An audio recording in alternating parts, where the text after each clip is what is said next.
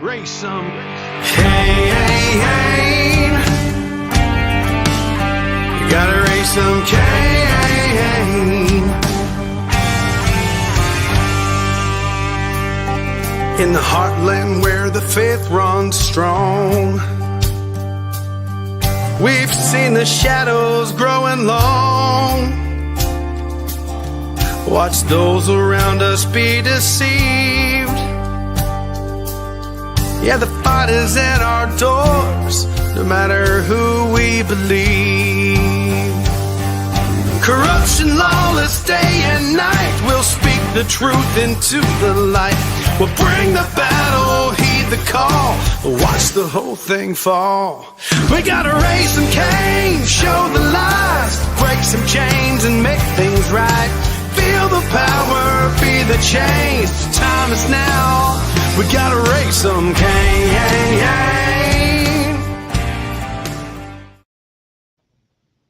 Welcome to the Raising Cain Show. I'm Nate Cain, your host. And tonight, we've got an exceptional guest.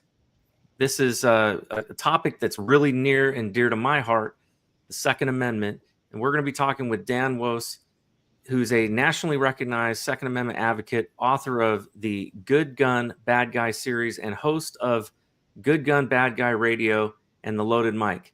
He is a speaker. He is a contributing writer for many publications, including AmmoLand, Western Journal, Clash Daily, American Military News, Reactionary Times, Right Edge Magazine, Blue Press, and several others.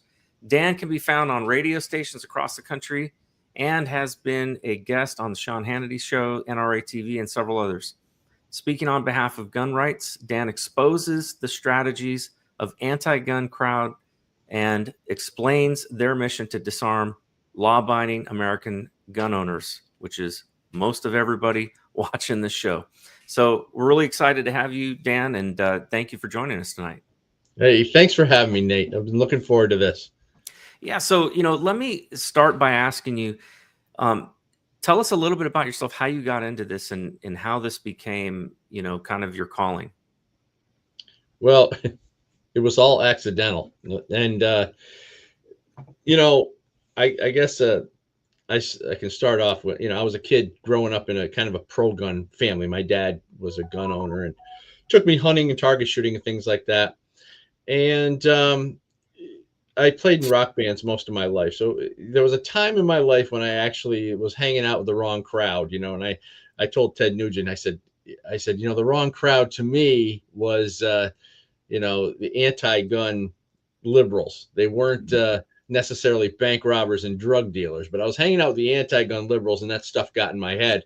So I would say that in my 20s and so I probably went a little bit anti-gun for whatever crazy reason, because none of it really made a lot of logical sense, but it was an emotionally based, feeling about guns. And it could be about anything, but in my case, it was guns. And it wasn't until later on in life when I got a little older and I was a little more, logical thinking. And my wife and I got into a situation coming out of a late night movie theater one night with, had a run in with this guy. And I realized in that moment that I wasn't able, if I needed to protect, my wife or myself. And everything that night changed for me. And, the whole idea of guns really started to look like a good idea, Yep. How do we protect ourselves? Why in the world would I think the way I had been thinking about, more gun laws will save lives and all the stuff, because I believed it back then. Yeah. But it wasn't until my own life was potentially in danger that I changed my perspective. And it's hard to do for some people, because you have to admit that, you were wrong the whole time. Your whole thought process on whatever the topic was wrong. It was hard for me to admit it, but I did, because I knew, the truth was my job as a man, as a husband, as a father, is to protect my family and the good people around me. So everything changed. So I started doing a whole lot of research. I told my wife that night, by the way, that I'm getting a gun. And everything changed. So from that point forward, I started researching, handgun permits and how do I get a handgun permit. And now remember, I wasn't scared of guns. I wasn't, they weren't foreign to me because I'd grown up, with my dad taking me hunting and target shooting and stuff. So it wasn't something that was totally foreign to me, which is probably the one thing that made me realize the truth. Because I knew they weren't scared. I wasn't scared of them, but I started doing research, and I wrote an article, just a simple little article, and it got picked up by some websites, and it was called "The Fear of Guns." Mm. That article turned into the first chapter of the book that's right over my shoulder, the very first book in the Good Gun Bad Guy book series. I don't know if you can see this. It's a 3-book series, and from that point on, everything started to unfold. The research I was doing, I was just engulfed in it. And I started to realize that, the anti-gun movement, or whatever you want to call it, is really just a fake, a fear campaign, really.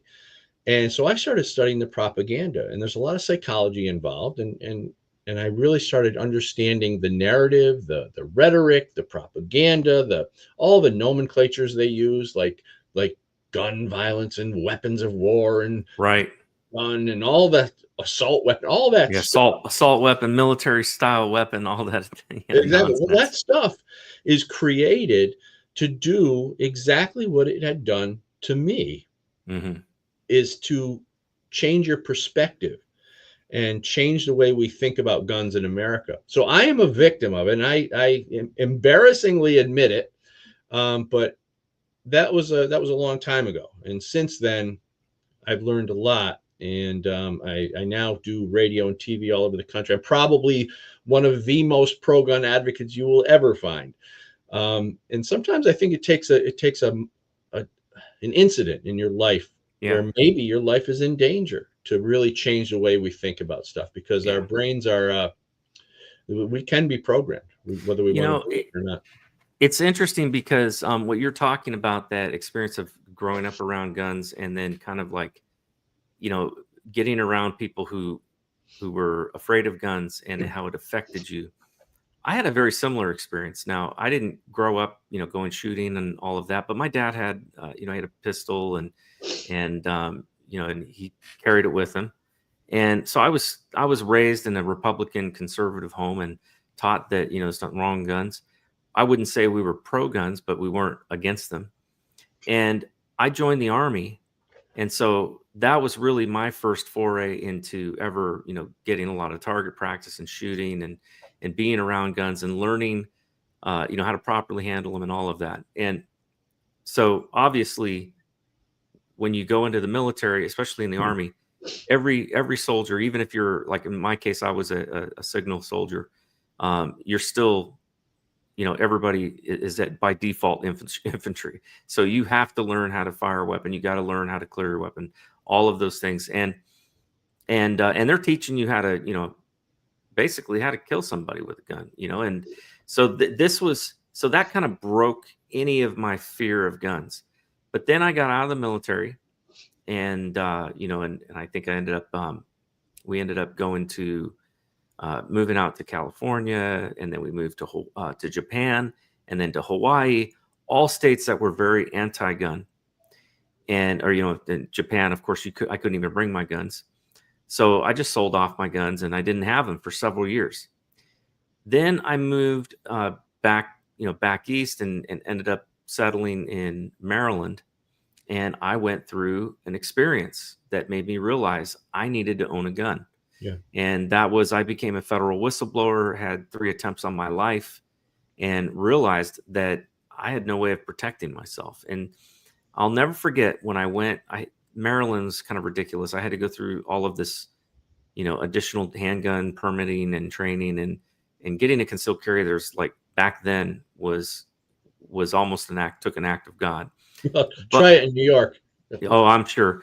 The Supreme Court changed all that recently, but when I bought my first gun, I remember feeling this feeling of fear all of a sudden, and it was like, why am I afraid of this? I I've handled guns a lot.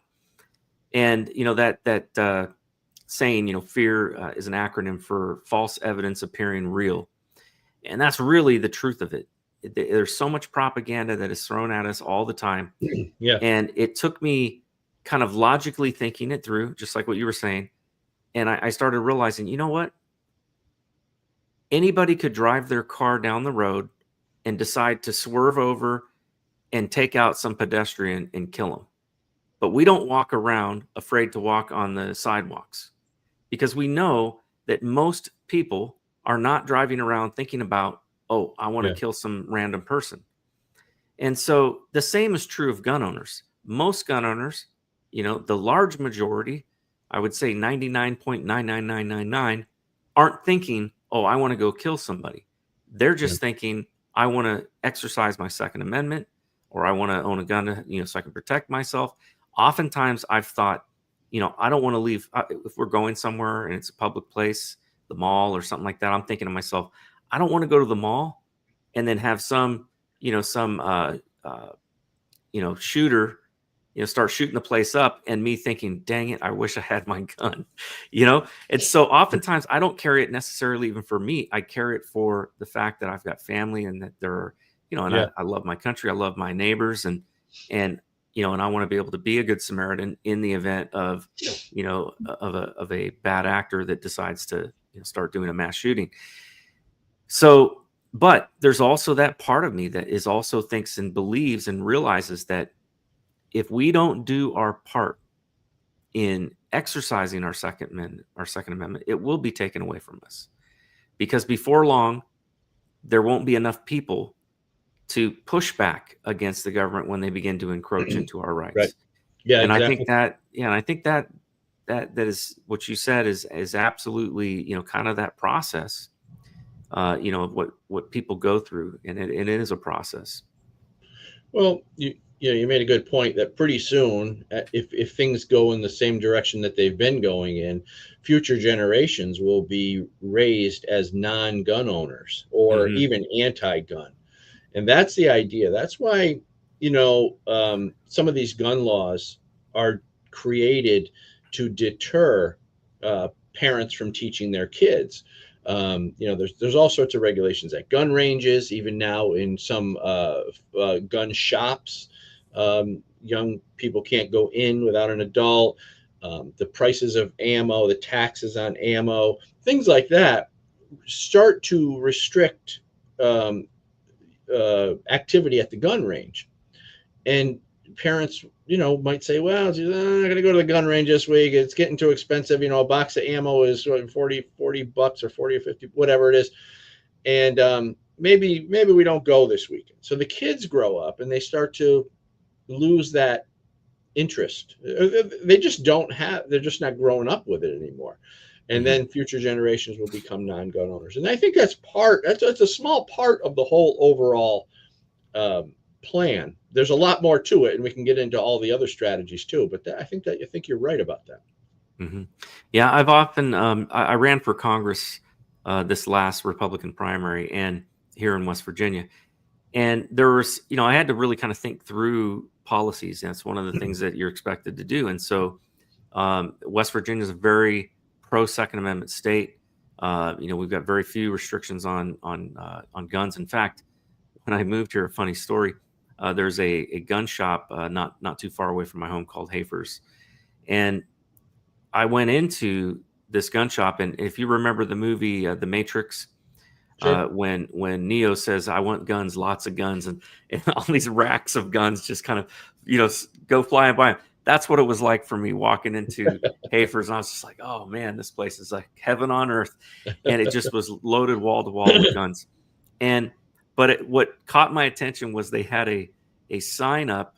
They had it was a blowtorch, with or flamethrower. Sorry, it was a flamethrower that shot gasoline flamethrower 40 feet, and there was a big sign on it that said, "Not for Maryland citizens, only West Virginians." I thought, I have moved to the right state. Yeah. And but when I realized the freedom that comes with, being in a state that is pro-gun. And a number of times I feel safer because I know the likelihood is I'm not the only one that is packing. And, Yeah. and so I've been to events and things like that here and never thought twice about, any kind of concerns or fears, of there being a shooter. But I really, I think we've got a problem, at least in some of our states, where they have added all these additional restrictions, and I think that we're beginning to see the Supreme Court at least fight back on some of these things, which I think has been a good thing. And what you were saying earlier about how you had an experience that kind of put your life in danger, and that's really what woke you up. I often have wondered, did the far left make a huge mistake in going armed to Judge Kavanaugh's home? Because I'm sure he was thinking, you know what? Owning a gun would be a really good thing right Yeah. now. Yeah. Yeah. No, exactly. And you got to ask these people who tend to be anti-gun, they're right now, they are so adamant about defending their schools against ICE agents coming in to remove, Yeah. illegal children, that they would take up arms against ICE agents to protect those illegal immigrants. But then if you Right. ask them if they're willing to take up arms to protect the American children in the schools, they would say no, because they want their school to be a gun-free zone. So there's a lot of hypocrisy, a lot of mental gymnastics that they have to go through, because they Yeah. understand that the guns serve a very good purpose. And they also understand that politically they're not supposed to support it. So Well, go ahead. you reminded me of something, actually, because I had a thought and then I got sidetracked with the whole Hey First Gun story. That's what I was going to say, was that when I was running, one of the policies that I thought about, and I want to get your opinion on this, because we are a Second Amendment country, everybody has a right to bear arms. It's not a privilege, it is a right. And because of that, I think the responsible thing to do from the federal government and the state government standpoint would be to mandate that there is education on gun safety and proper handling of guns Sure. in school, and that there should be target practice, and they should have those types of programs. And my understanding is that long ago they used to have that kind of Yeah. stuff.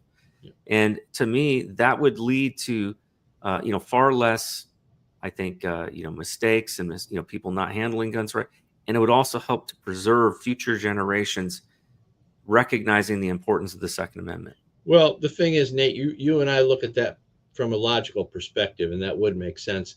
But the way they look at it is that if they did that, all they would be doing is encouraging children to become gun owners, and they would be eliminating accidentals, and they would be eliminating all sorts of firearm mishaps. To you and I, that makes perfect sense. But to them, they don't want to eliminate that stuff, because that stuff helps them push for more gun regulations. It's justification when there's a school killing, or when there's an accidental shooting, or any of that stuff. It's more justification for them to push for more gun regulations, because you got to remember, the ultimate goal for them is to disarm their political opposition. Yeah, you're right. You're And absolutely right. that's the end game. Whatever the means are, doesn't matter as long as they get to that end. And that's why you and I look at their policies cross-eyed, and we can't understand how a logical thinking person, but it makes perfect sense to them, because their outcome is completely different than ours. Yeah, I mean, honestly, I think if the federal government is going to to even have a Department of Education, I think that should be one of the mandates, under Trump, to push for, is to mandate, a class or something that before you graduate, you have to have this class on our constitutional amendments, including the Second Amendment. And guess what? We're going to go out and we're going to train you and show you proper handling and care and safety, with guns and all that. That, to me, I think that's something that President Trump could, by executive order, he could do it. He's been doing a lot of executive orders lately. Well, there And are some schools who do that. I wrote an article a while back. I think it was a school in Wisconsin. I can't quite remember, but they did have they had an air rifle class, and it was in the gymnasium, and they would and the kids loved it. They said they did. Everybody wanted to participate in it. It was so much fun, and they do all sorts of air rifle training. Yeah. So there are some schools, but it's rare right now. Yeah, yeah. Well, it's right now most of these kids, the only exposure to guns that they get is on a video game. Yeah. And where they can get shot and killed and then respawn. Yeah. And I do think that is not a helpful thing. I always thought there was something kind of unhealthy about that myself. Yeah. I enjoy it. I'll be the Yeah. first to tell you I enjoy playing these games and stuff. But as an adult, I have an understanding, as former military, I have an understanding of reality. Yeah. And I do worry that younger kids, especially, if they've never had any kind of training about, because the first thing you get in any kind of like hunters, safety training and all of that is they teach you about, always know where your weapon is pointed, because one accident, and you can't go back on that. And that's an important thing. I remember when I took my first hunters training safety course, one of the things that they did was the range master had set up a watermelon on a spike, and then he shot it, and the thing exploded. And then he told us, that is the consistency of the human head. If it gets hit with I think he used a shotgun slug or something like that. So it was very visual, and it really did, it stuck in my mind, and it makes you, be a lot more careful. And I also think we don't want to desensitize our kids to the value of human life. I think we need a better understanding for our kids now, as a matter of fact, of the value of life, because I think a lot of kids have lost it. This generation doesn't seem to have the same appreciation for their fellow human beings. Yeah. What do you see as kind of right now the primary legal challenges, with regards to the Second Amendment and what needs to happen? Well, gun registries are a scary thing. Universal background checks, where you won't be able to share a gun. It could be so serious as you can't share a gun at the range with a friend. You could be breaking the law. So universal background checks and things like that. But there are two really heinous laws that they'd love to pass, but they've been unsuccessful for now, and that is serialization of all firearms. So what the anti-gun crowd has done is they've created this term called ghost guns. And what they've done is they've tried to scare people into thinking that everyone's printing ghost guns at their kitchen tables, and we got to get these guns off the streets, and they're everywhere. And Sally Soccer Mom is running around with her hair on fire saying, let's do anything to get rid of these ghost guns, because it's the scariest thing. She doesn't even know what they are, but it's the scariest thing in the world. So they create a fear campaign around ghost guns, really to push for serialization. And inherent in serialization is registration. And there's no reason for that. We building firearms has been an American tradition since our founding. But what's happened with the narrative is that it's become normalized to think that all guns should be serialized.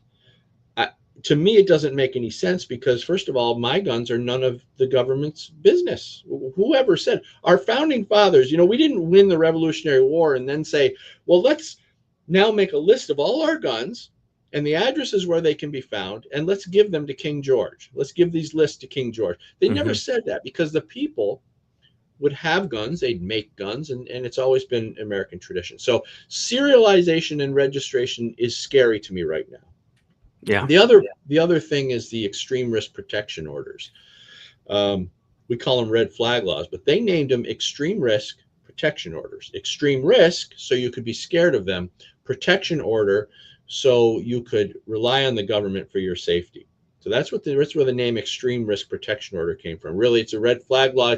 It's confiscation of firearms without due process. A lot of states have them, but they love to do it at the national level.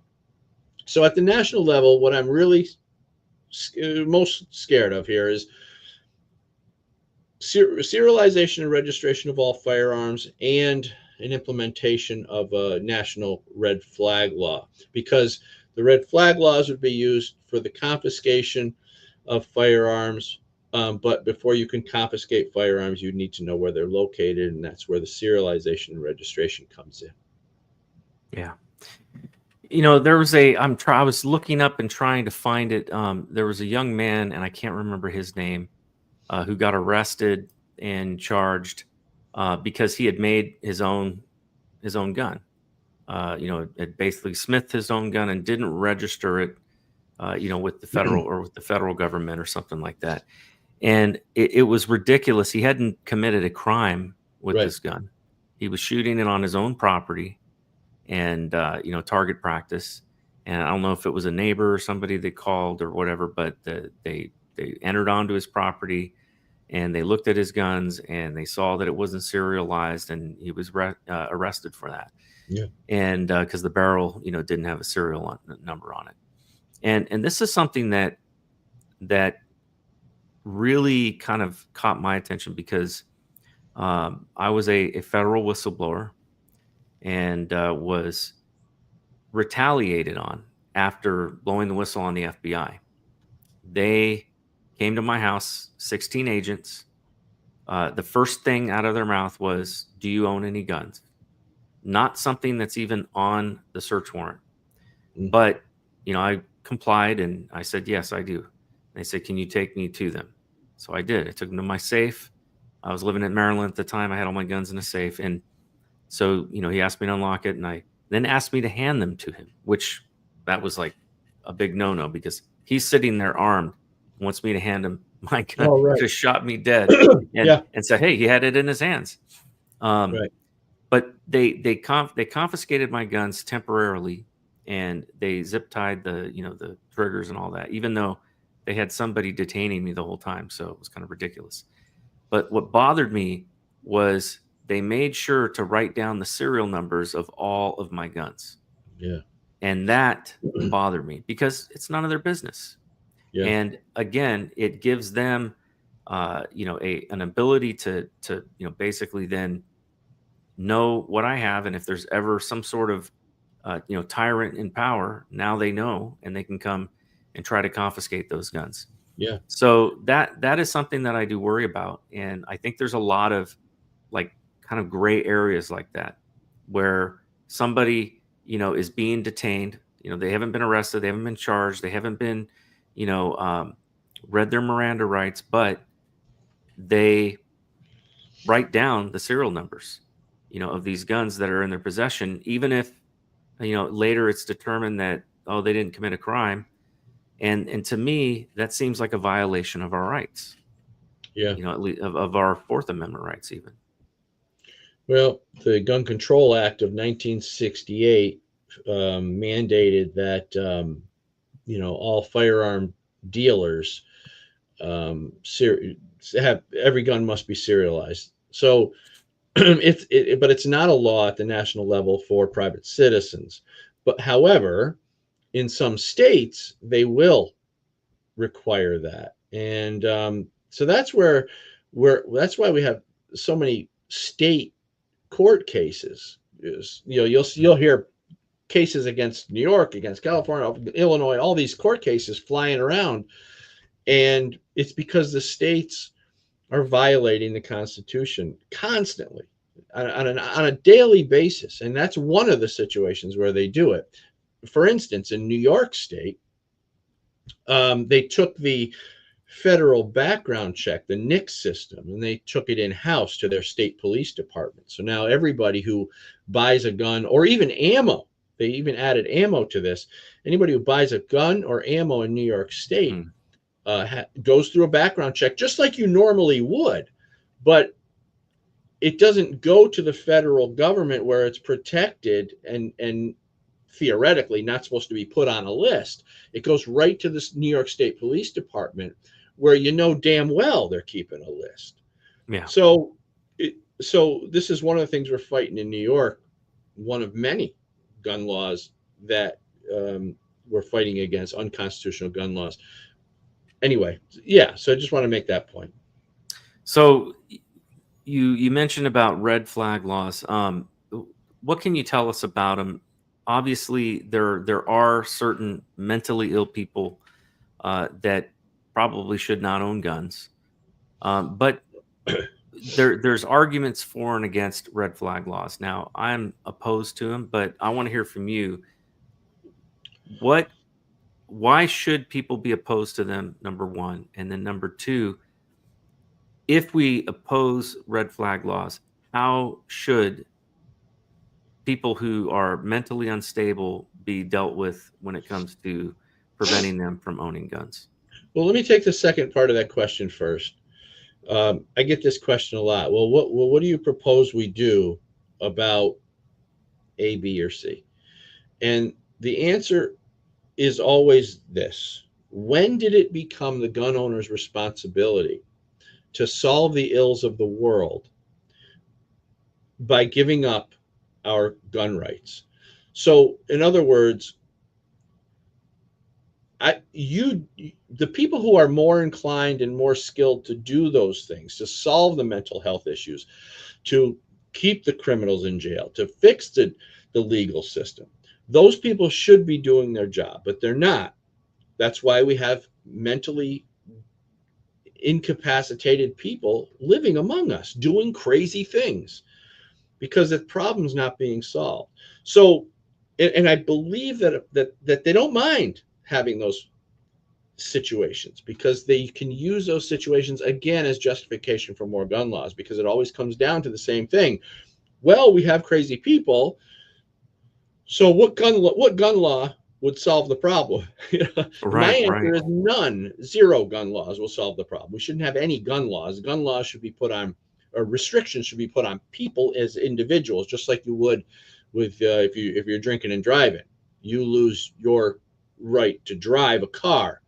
I don't lose my right to drive a car. I wasn't doing it. Everybody doesn't get, I always say if you get caught, in a DWI, you might get a breathalyzer ignition installed right on your car before you can drive. They don't give it to everybody because it doesn't make any sense. They give it to the person who violated the law. So you restrict that person. You don't restrict all guns because that affects everybody. So the answer to the first question, the second question is no, it's not my responsibility to fix that problem. I expect people who are qualified to be able to do that sort of thing. Leave my guns alone. That's my answer to that. Well, I've got to cut to a commercial break, and but when we come back, we're going to continue on with these subjects, and I really want to get into finding out more about what you're doing right now and with the organizations that you're involved with. Sure. So, folks, stick around. We will be right back after a short commercial break. It says, I woke up this morning and looked out the door to a country I don't recognize. They put masks on our face to hide our pain, and there's no fire in most people's eyes. And it's still true today. It's still true today that they've tried to destroy the American spirit. And in some instances, they've done a dadgum good job. But in other instances, they have lit an inferno in some people. And we right now are gathering some of those people that are on freaking fire to save this country.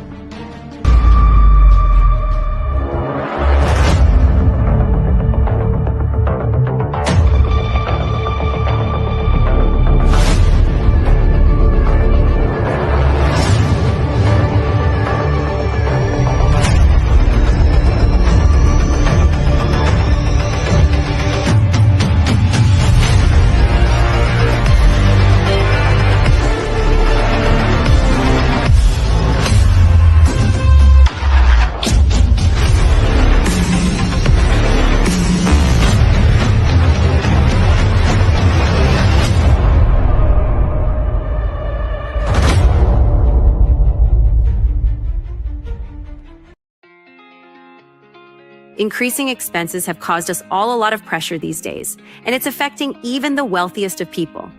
Most have lost their sense of security, stability, and even hope for a strong financial future.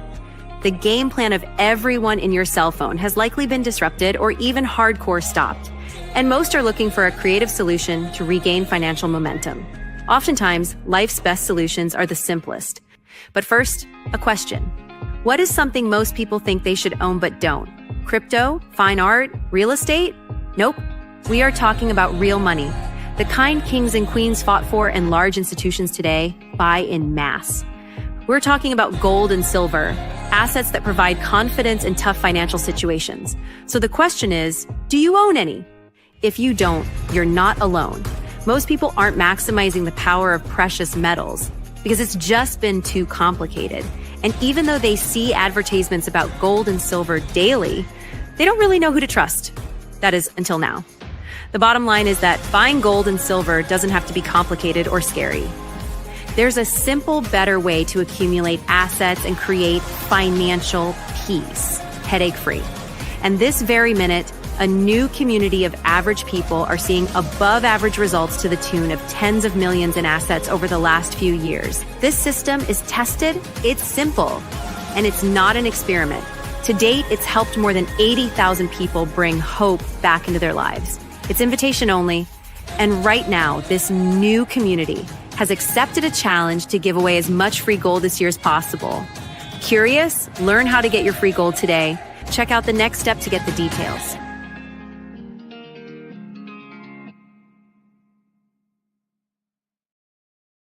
Welcome back to the Raising Cain Show, and we're here with Dan Wos. We've been talking about the Second Amendment and getting into some of the things that are an issue right now and that really are a threat. Look, we may have seen Republicans win the House and the Senate and the presidency, and we're seeing, I think a host of pro-gun, activity that has been happening because of that. But we cannot let down our guard. And in fact, there's a lot of stuff that's going on. Before we get back into the conversation, I want to just make mention of the two commercials that you guys just saw. At the bottom of the screen, scrolling across, you'll find the links to both those sites. The first commercial is a documentary that was made by a friend of mine, and it's a really great documentary. I'm in the documentary as well, sharing my story, and there's many, many others that are in there talking about injustice that has happened to many American citizens. And I think it's an important message. What's great about what Glenn Baker is doing with this documentary is 50% of the proceeds are going to go to help put a veteran who's lost his ability to walk into an exoskeleton.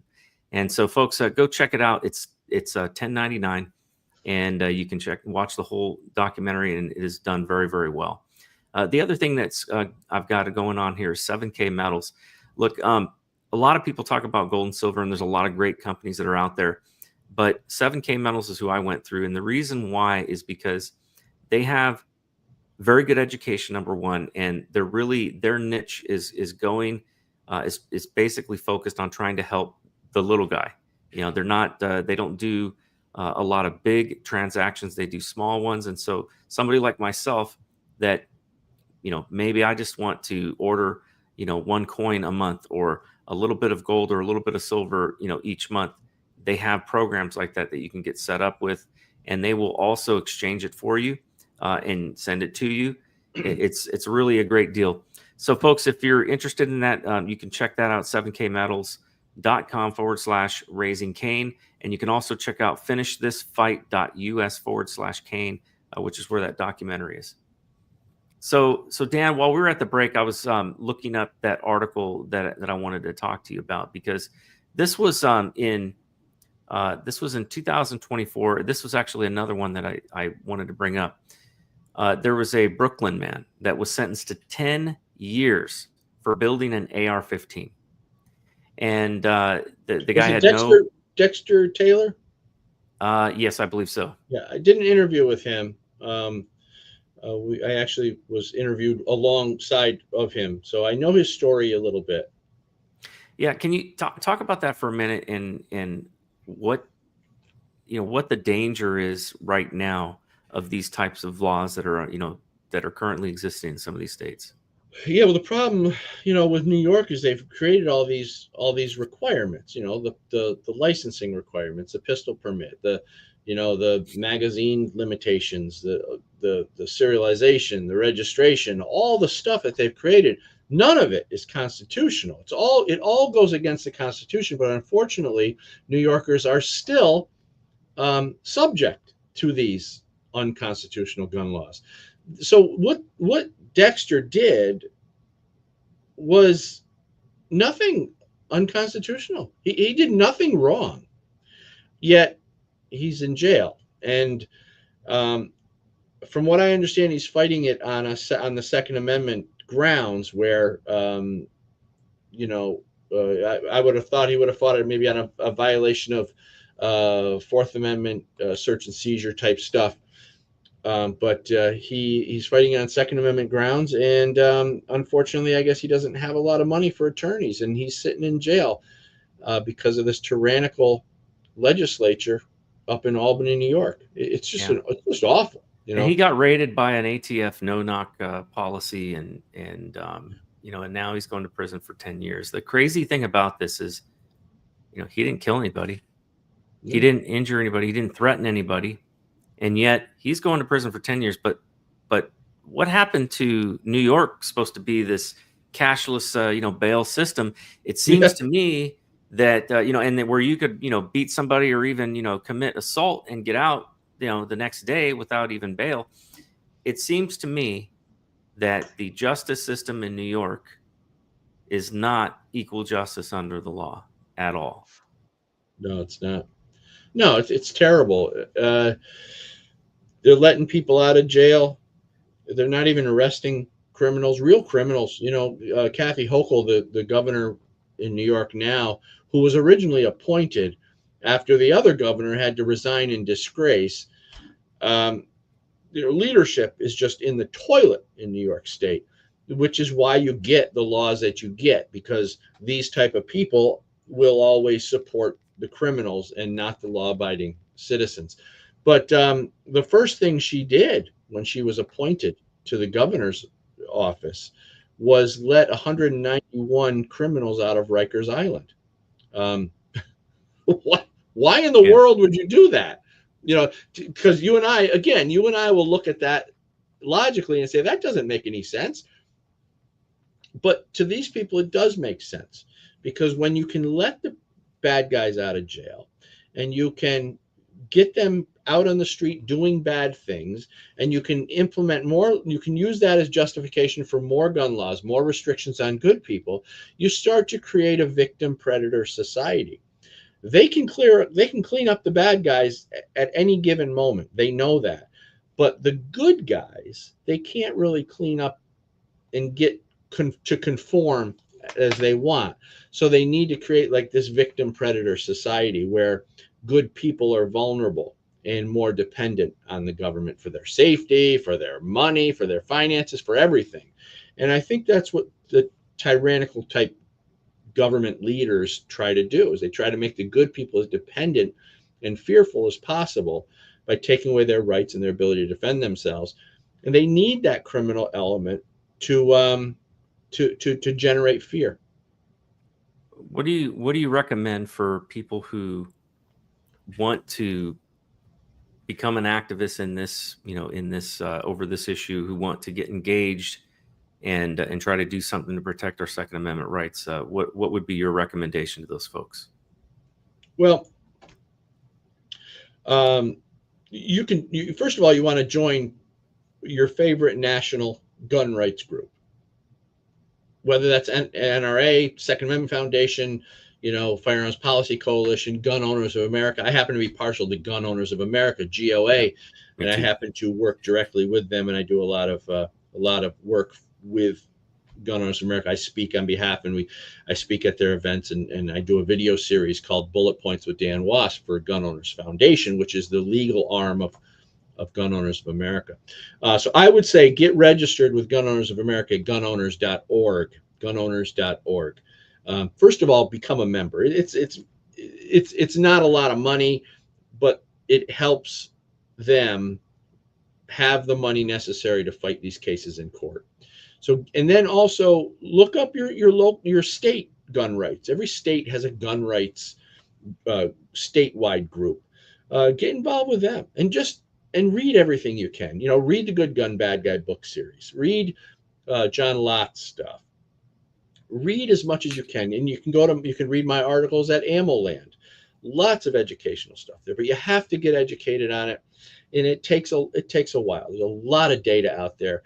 You need the right information, so you have to go to the right sources. But yeah, so get educated, get signed up with your state and national gun rights groups, and start speaking out, start being an activist, start letting your voice be heard, and let your local government know that they can't trample your Second Amendment rights.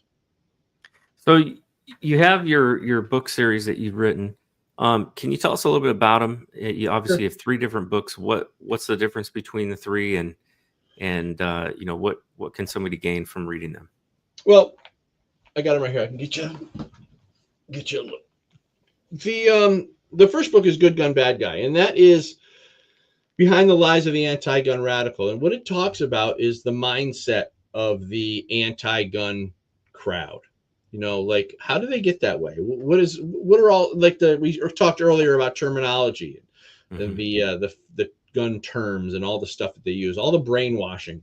That's what you're going to learn in the first book. You're going to learn about what the strategies are psychologically, and how they convince people to fear guns and hate gun owners, because that's what they need for legislative support.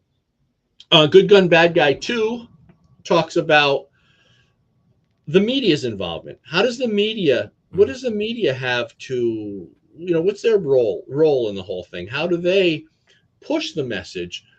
And so basically Good Gun Bad Guy 2 is about the media. Good Gun Bad Guy 3 talks about why do they want an unarmed society? What's the purpose? So I talk about, in Good Gun Bad Guy 3, I talk a lot about other countries, what happens in other countries when guns are confiscated or registered and serialized, and all the stuff we've been talking about today. So we've got a lot of great examples in history on that. So absolutely. Whether it's China or wherever, you can go, Venezuela, you can go to any of these countries, Australia. So the book series, Good Gun Bad Guy, you can find it at goodgunbadguy.com. You can also go to Amazon. But I would just suggest reading the book. And the reviews on the books has been amazing to me. And I was shocked when I first started seeing the reviews. I was like, oh my God, they really like it. And so I'm very happy that the books do very well. So the Good Gun Bad Guy book series, you can take a look at that. I also have a show called The Loaded Mic, and we talk about Second Amendment stuff, and we talk about news of the day, and that's a lot of fun. My co-hosts are an absolute blast, John Chair and Anthony Diso. So we have a show called Loaded Mic, and that's at loadedmic.com. And then I write for AmmoLand, and I do a bullet points with Dan Wos for Gun Owners Foundation. So you've got your shows, you've got your books. Is there any other projects that you're working on? Any organizations or things that you're doing? Plans for the future? Yeah, well, I do a lot of speaking events too. So like I'm getting ready to go to Florida in a few weeks and speak at an event called Second Amendment Freedom Fest in Summerfield. I'm pretty sure it's Summerfield, Florida. And these are guys that are from Florida Carry, which is the Florida statewide gun rights group. So I'm doing their event. And throughout the year, I do a lot of speaking, a lot of different speaking events. So that's one thing that kind of keeps me busy. Working on Good Gun Bad Guy 4, and just always writing articles for whatever publication I happen to be writing for at the time. Right now, there's about 2 or 3 different publications that I write for on a regular basis. So what's the fourth book going to be focused on? Well, right now the fourth book is going to talk about the gun control matrix. And what the gun control matrix is, it's a whole web of gun laws and strategies, gun restrictions and strategies and techniques that the anti-gun crowd uses. So my thought was to finally put it all together in one book so people will understand all the different strategies that are being implemented and how they all work in conjunction with each other. Like, how does the narrative work alongside of particular gun laws, and how does it all intertwine? Like, we talked a little bit briefly about how the serialization and registration will work hand in hand with red flag laws. So there's a lot of other different ways that gun laws work together. So they're not just throwing gun laws out there. There's a strategy behind all of it to eventually, the goal is to eventually disarm the whole population. And they haven't been successful yet, but they're still working at it. So the gun control matrix, Good Gun Bad Guy 4, will hopefully bring that stuff to light so people can really see what the main goal is. Well, hey, I've got an idea for your 5th book that would kind of be a perfect companion to that one. You should write a Good Gun Bad Guy, Art of War, or Sun Tzu, Art of War, on how to tackle, all of these issues, whether it's the media, whether it is the gun law matrix, whether it is the fear and the logic behind it, and come up with a national strategy for activists across the country, collecting, some ideas of things that have worked, and maybe, coming up with some new ideas, on how we could take activism to the next level, to fight this issue. I think that would be an excellent addition. I do, throughout the book series, I do talk about strategies that we can use. So there are a lot of different ways we can use what we've learned to turn it around and defeat them. Because before you can defeat your enemy, you need to know them. You need to understand them. Absolutely. And the book series that's what your books are doing. That's exactly what they're doing. Yeah. No, I think that's really great. All right, a couple of questions, not about gun rights, but just just general questions. What's your favorite weapon? Oh, I love my 1911. That's just my favorite. It's a 45 caliber 1911. It's just probably the most fun gun to shoot. It shoots the straightest. It makes me look like I can shoot straight, and I just absolutely love that gun. I'll tell you what I did here. I bought a Sig Sauer MPXK. It's chambered in 9mm.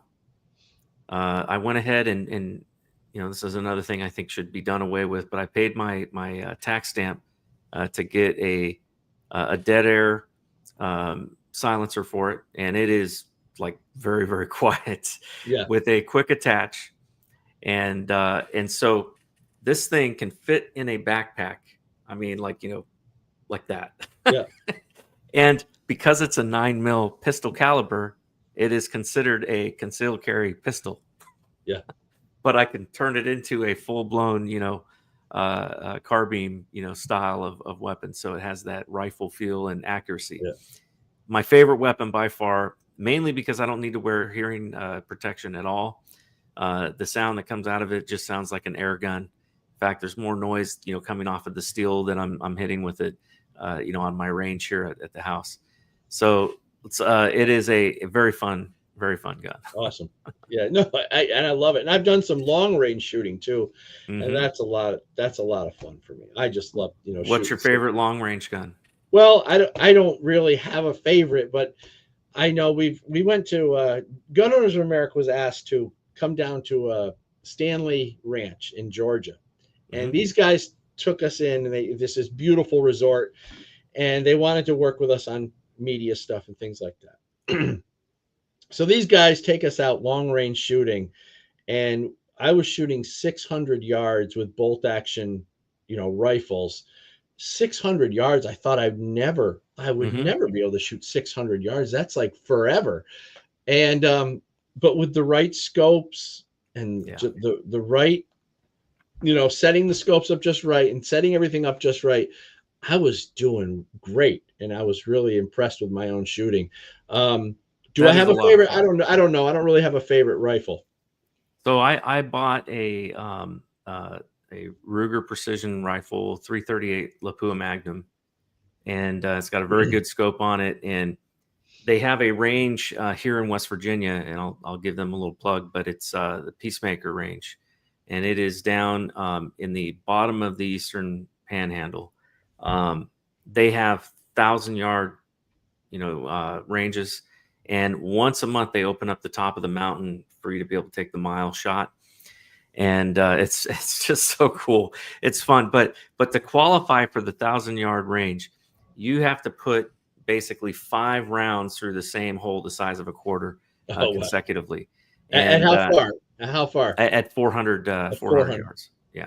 So and the reason for that is because obviously the further out you go, one little error and that bullet could be going longer and farther, and possibly somewhere where there's people. So they do make you qualify to be able to shoot on the long range, but it's a great range. They also got the pistol bays, and they do some other fun things too. They have around time of Halloween, they do a zombie shootout, and they'll set up pop-up targets with zombies and things like that. And it's a blast. So I would encourage people. I would encourage people to get involved in some of that stuff. It's just so much fun. Even if you don't think you don't know what you're doing, you'll have people to train you and teach you how to do that, because it's so worth it, to be able to experience some of that. And even the non-gun owners, even the people who might be scared of guns, go to the range with somebody who knows what they're doing. You're going to find it's so much fun. I haven't met any person who's left the gun range unhappy. It just doesn't happen.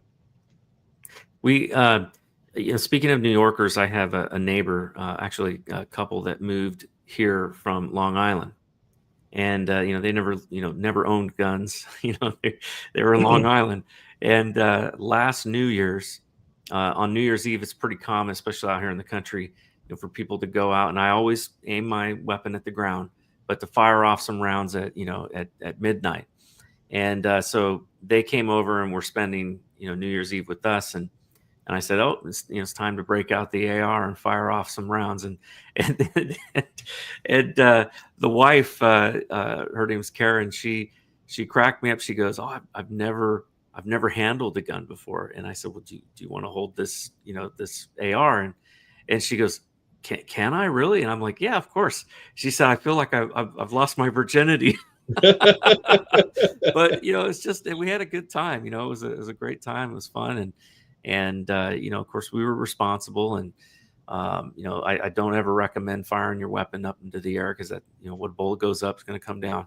But we had a good time, and I think it's important to have those social aspects around guns and everything to kind of help break that fear of it, and help people to realize that we have a gun culture in our country. You have people who are trying to destroy that. They're trying to remove that and trying to change our culture. But as long as we have the Second Amendment, I think we have to maintain a gun culture, and one that is, that is responsible, and one that is making sure that we're training people on how to do, how to handle their weapons. And that's another thing I also believe in, is that I think as many people as should own a gun, and they should go and practice regularly. We're just about out of time, and I want to, before we end the show today, I want to give an opportunity. I always like to ask my guests if there's one thing that you want people to take away from our conversation, or something maybe that we didn't cover. What would that be? Well, understand that it's your right and not a privilege, like you said earlier. And also understand that there are people who are desperate to take away that right from you. Half those people think that they're doing the right thing, and the other half knows that they're not, but they don't care.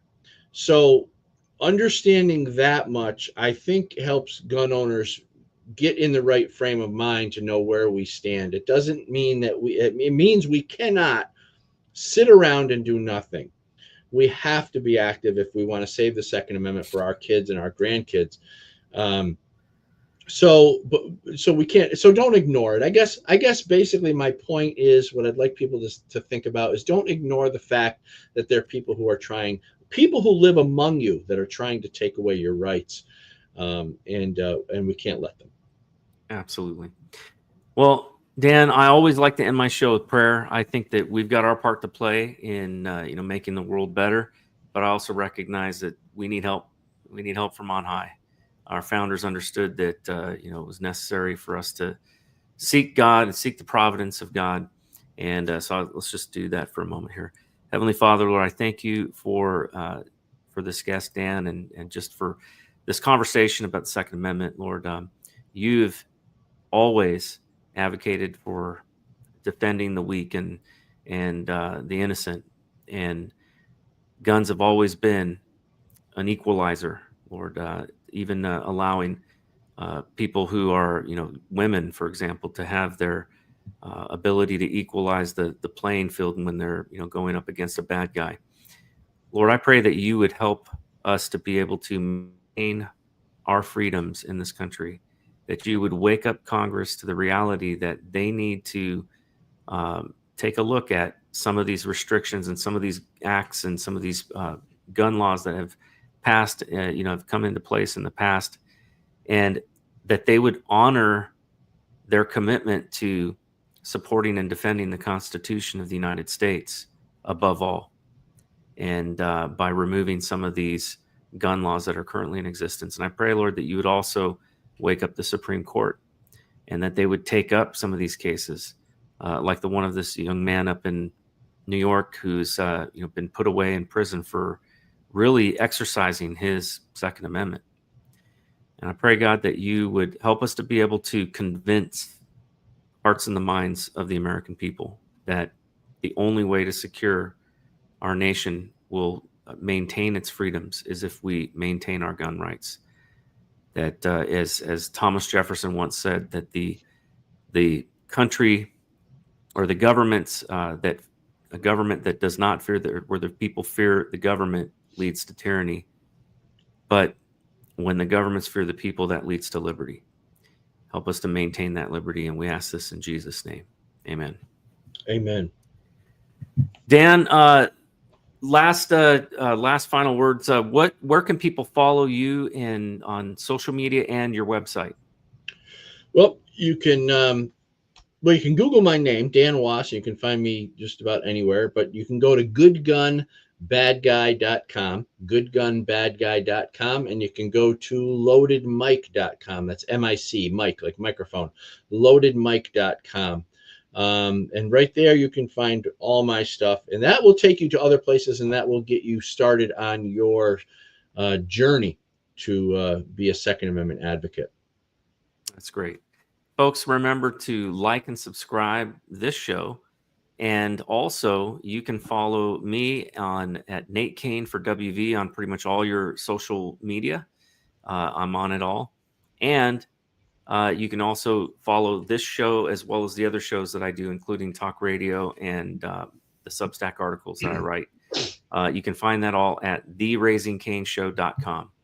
And Dan, I want to thank you for being on the show tonight and for sharing this good information with all of our guests. We had about almost 1,500 people live tonight watching. So, oh, wow, excellent. Great crowd tonight. And I think this is a topic that a lot of people care about, because I think they see the world is it's a dangerous place. The fact is, you got all of these wide open borders and all of these criminal aliens that are in our country. Thank God Tom Homan's doing something about it. And, Donald Trump has directed him and, picked him to lead that charge. But we have to take responsibility for ourselves, and I do think that I'm grateful that we have the ability to defend ourselves in this country. With that, folks, I want to do something for me and do something for yourself. Go and check out Dan's website. If you're not engaged, if you're not involved with an organization like NRA or Gun Owners of America or your state gun rights organization here in West Virginia, we have the Civil Defense, West Virginia Civil Defense. And so there's a lot of really great organizations out there that will keep you apprised of any potential laws that are trying to be passed, in your state. And that's one of the things I think is really important to get involved, because then you'll get notices, and then you can contact your state representatives before they do something to take away your rights. Also, it's important to help these organizations. And another thing that I would recommend too is there are some really great organizations out there that are kind of like insurance companies. And if you are going to carry concealed, I would recommend that you pay to have that kind of insurance. They can really help you in a jam. If you ever have to use your handgun or your concealed carry to defend yourself, without a doubt you're going to be arrested, and you're going to need legal defense. And there's a lot of great programs out there that do that. I think UCAA, and there's some other ones. But check those out and do yourself a favor. With that said, stay strong, stay vigilant, and make sure and maintain your rights. If you don't own a gun, buy one. And if you are a gun owner, tell your friends, get them involved, bring them to the range, encourage them to get involved, as in our culture of guns in America. God bless. Raise some Cain. You gotta raise some Cain.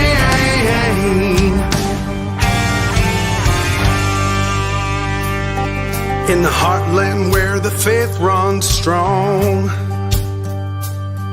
we've seen the shadows growing long.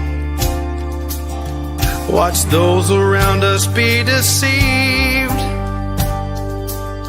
Yeah, the fight is at our doors, no matter who we believe.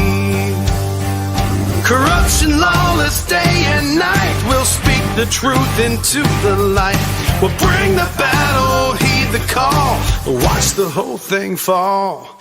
We gotta raise some Cain, show the lies, break some chains and make things right. Feel the power, be the change, time is now. We gotta raise some Cain.